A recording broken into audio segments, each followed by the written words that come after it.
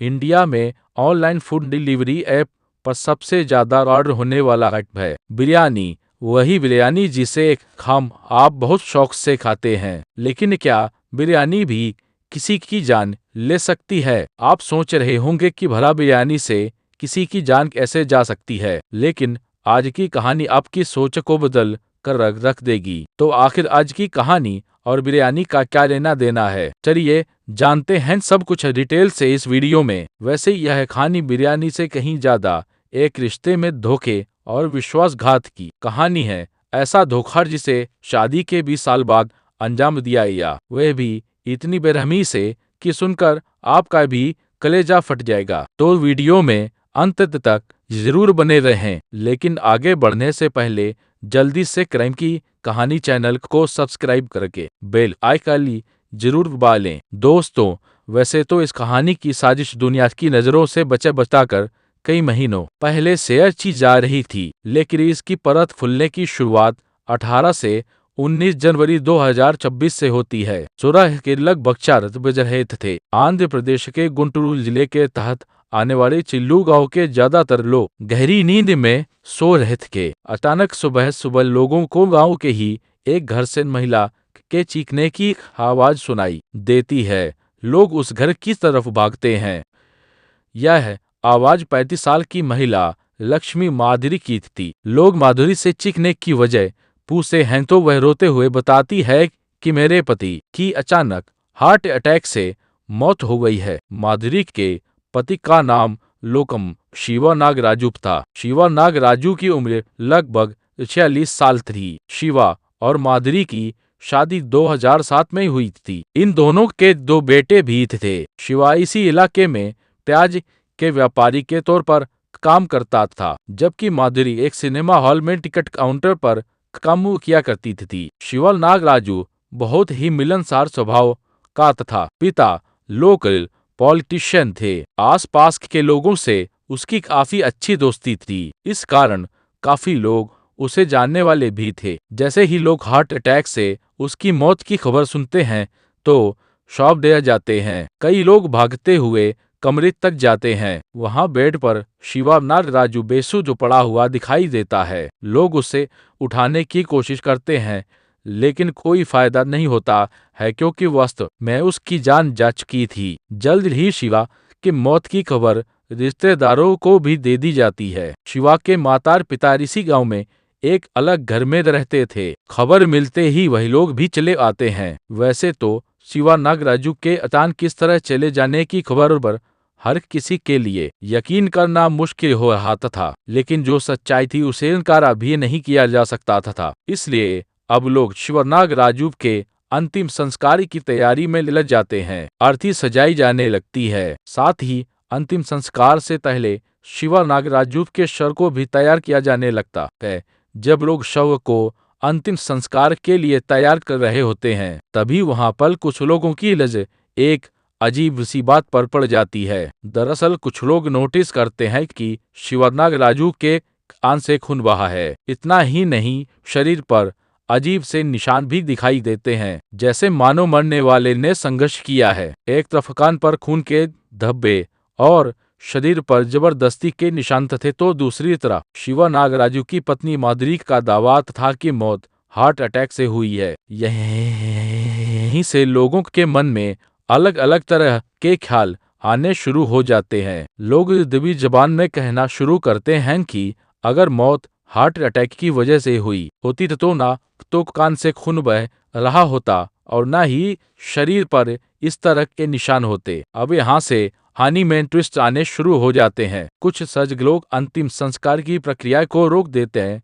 और शिवा नागराजू के पिता से बात करने का फैसला करते हैं। वह उन्हें बताते हैं कि शिवा के शरीर पर निशान हार्ट अटैक की बजाय साजिश के कारण हुई मौत की तरफ इशारा कर रही है। आपको जरूर पुलिस तक जाना चाहिए। हालांकि शिवा के पिता शुरू में इन बातों को नजरअंदाज करते हुए कहते हैं कि मेरी बहू कुछ भी गलत नहीं कर सकती है। इस पर कुछ लोग बताते हैं कि मोहल्ले में ऐसी भी चर्चा हो रही है कि माधुरी का अफेयर किसी दूसरे मर्द के साथ चल रहा है और शायद इसी अफेयर के चक्कर में उसने अपने पति की जान ले ली है। इन सब बातों से अलग कुछ लोग यह भी नोटिस करते हैं कि जवानी में पति के जाने का गम माधुरी के चेहरे पर नजर नहीं आ रहा था, बल्कि वह इस बात की जल्दी में थी कि जल्द से जल्द शिवा नागराजू का अंतिम संस्कार हो जाए। आखिर माधुरी को किस बात की जल्दबाजी थी? जब एक के बाद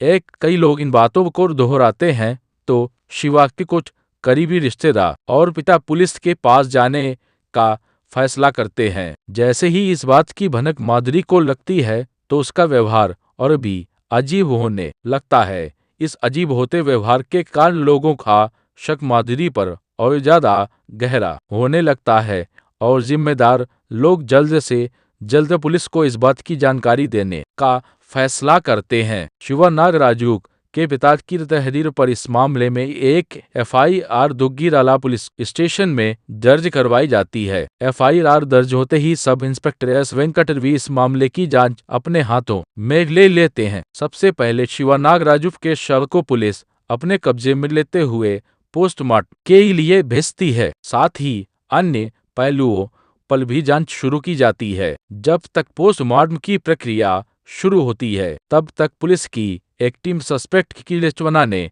तथा उनकी कॉल डिटेल्स निकलवाने में लग जाती है। जांच की इस पहली कड़ी में पुलिस वालों को बड़ी कामयाबी मिलती है। दरअसल जब पुलिस शिवा नागराजू की पत्नी लक्ष्मी माधुरी की कॉल डिटेल्स निकलवाती है, तब उन्हें पता चलता है कि एक ऐसा नंबर है जिस पर माधुरी लगातार बात कर रही है।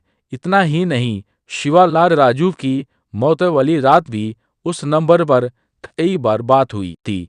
इसके अलावा रात के सन्नाटे में कुछ समय के लिए माधुरी तथा उस अनजान नंबर का लोकेशन एक ही जगह पर पाया गया था। पुलिस अब इस अनजान नंबर की तहकीकात करती है, तो पता चलता है कि वह नंबर किसी कोडवेती गोपी नामक की व्यक्ति का है। गोपी की उम्र लगभग 30 साल है और यह आंध्र प्रदेश के ही पल्नाडु जिले के सतनापल्ली मंडल के गाला पाडुआ का रहने वाला है। जल्द ही पुलिस गोपी की तलाश में लग जाती है और उसे हिरासत में ले लिया जाता है। इधर शिवा नागराजू के परिवार वालों ने इस मामले में पूरा शक शिवा नागराजू की पत्नी लक्ष्मी माधुरी पर जताया था, इसलिए उसे भी हिरासत में ले लेते हुए पूछताछ शुरू कर दी जाती है। पुलिस वाले सबसे पहले यही सवाल करते हैं कि आखिर माधुरी इस बात को लेकर इतना शोर कैसे थी कि उसके पति की मौत हार्ट अटैक से हुई है, जबकि माधुरी के पास कोई मेडिकल डिग्री भी नहीं थी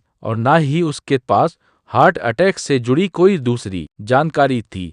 तो आखिर उसने सीधे लोगों को ऐसे कर दिया कि यह मौत हार्ट अटैक की वजह से हुई है। माधुरी इस बात का सीधा जवाब नहीं दे पाती है और वह अपना बयान बदलने लगती है। बयान बदलने की वजह से पुलिस का शक माधुरी पर और ज्यादा गहरा होने लगता है। फिर पुलिस गोपी के बारे में भी कुछ सवाल पूछता है। गोपी का नाम आते ही माधुरी और ज्यादा परेशान हो जाती है और घबराहट में तुरंत अपना जवाब बदलने लगती है। काफी देर तक माधुरी पुलिस वालों को अपने बयानों में उलझाने का प्रयास करती है, लेकिन नाकाम रहती है और आखिरकार पुलिस वालों के सामने वैसा चुगलने पर मजबूर हो जाती है। माधुरी का सच बेहद ही खौफनाक और भरोसे का कत्ल करने जैसा था। पुलिस के सामने माधुरी द्वारा किए गए खुलासे के मुताबिक माधुरी और शिवा नागराज की शादी 2007 में हुई थी। आने वाले सालों में दोनों दो बच्चों के माता पिता भी बनते हैं। शादी के कई सालों तक पति पत्नी के बीच सभी चीजें ठीक चल रही होती हैं, लेकिन एक समय बाद रिश्तों में तनाव का दौर शुरू हो जाता है। अक्सर इन दोनों के बीच छोटी मोटी लड़ाइयाँ होती रहती हैं, लेकिन किसी तरह दोनों अपना जीवन आगे बढ़ाते रहते हैं। एक समय बाद माधुरी अपने पति से कहती है कि मैं भी काम करना चाहती हूँ। इस बात को लेकर भी दोनों में लड़ाइयाँ होती हैं, लेकिन आखिरकार शिवा नागराजू माधुरी को काम करने की इजाजत दे देता है और वह पास के ही एक सिनेमा हॉल में टिकट काउंटर पर काम करने लगती है। टिकट काउंटर पर काम करते हुए जब कई महीने बीत जाते हैं, तब माधुरी के जीवन में एक लड़के की एंट्री होती है। यहाँ से शिवा नागराजू तथा माधुरी के आपसी रिश्तों में तनाव का नया दौर शुरू हो जाता है। दरअसल जब एक दिन माधुरी टिकट काउंटर पर बैठे हुए अपना काम कर रही होती है, तभी वहां गोपी नाम का एक लड़का फिल्म देखने के लिए आता है। टिकट खरीदने के दौरान ही माधुरी से उसकी दो चार बातें होती हैं और फिर वह फिल्म देखने चला जाता है। फिल्म देखने के बाद वापस आकर एक बार फिर से वह माधुरी से मिलता है। ऐसा अगले कई दिनों तक चलता रहता है। फिल्म देखने के बहाने इन दोनों की मुलाकात होती रहती है। यहाँ से बातचीत का सिलसिला शुरू होता है और फिर नंबर भी एक्सचेंज हो जाता है। पुलिस की ओर से किए गए खुलासे के मुताबिक गोपी से मिलने के बाद माधुरी गोपी के प्यार में इतना खो जाती है कि वह यह भी भूल जाती है कि घर पर उसका पति और दो बच्चे भी हैं। वह बस किसी भी कीमत पर अपने प्रेमी के साथ ही रहने के प्लान बनाने में लग जाती है। पहले तो माधुरी अपने पति से इस बात को लेकर लड़ना शुरू कर देती है कि प्राज का बिजनेस अच्छा काम नहीं है, उसे छोड़ दो और शहर जाकर कोई दूसरा काम देखो। शुरू में तो शिवा नागराजू अपने पुराने धंधे को छोड़ने के लिए रेडी नहीं होता है, लेकिन जब बात हद से ज्यादा बिगड़ जाती है तो वह हैदराबाद जाकर काम करने के लिए रेडी हो जाता है। माधुरी कहती है कि हैदराबाद में मेरे कुछ जानने वाले हैं जो तुम्हें काम देंगे, तुम उन्हीं के पास चले जाना। दरअसल यहाँ पर माधुरी जानबूझकर शिवा नागराजू को अपने प्रेमी के ट्रांसपोर्ट कंपनी में भेजती है ताकि पति वहां नौकरी करता रहे और कंपनी का मालिक यानी गोपी यहाँ उसके घर जाकर आशिकी कस के। माधुरी की यह चाल कामयाब रहती है। जल्द ही शिवा नागराजू हैदराबाद चला जाता है, जबकि उसकी पत्नी घर पर ही रहने लगती है और यहीं गोपी से चोरी चुपके मिलने का सिलसिला शुरू हो जाता है। अगले कई महीनों तक सब कुछ प्लान के मुताबिक चल रहा होता है, लेकिन समस्या तब आ जाती है जब अचानक एक दिन शिवा नागराजू हैदराबाद वाली नौकरी छोड़कर वापस अपने घर आ जाता है। शिवा नागराजू के घर आने का कारण यह था कि उसने हैदराबाद में रहते हुए एक दूसरी कंपनी ज्वाइन कर ली थी और उसमें वर्क फ्रॉम होम का भी ऑप्शन था, इसलिए वह घर आकर ही काम करने का फैसला करता है। घर आकर काम करने का ऑप्शन तो शिवा नागराजू के लिए काफी अच्छा था, लेकिन माधुरी तथा गोपी के लिए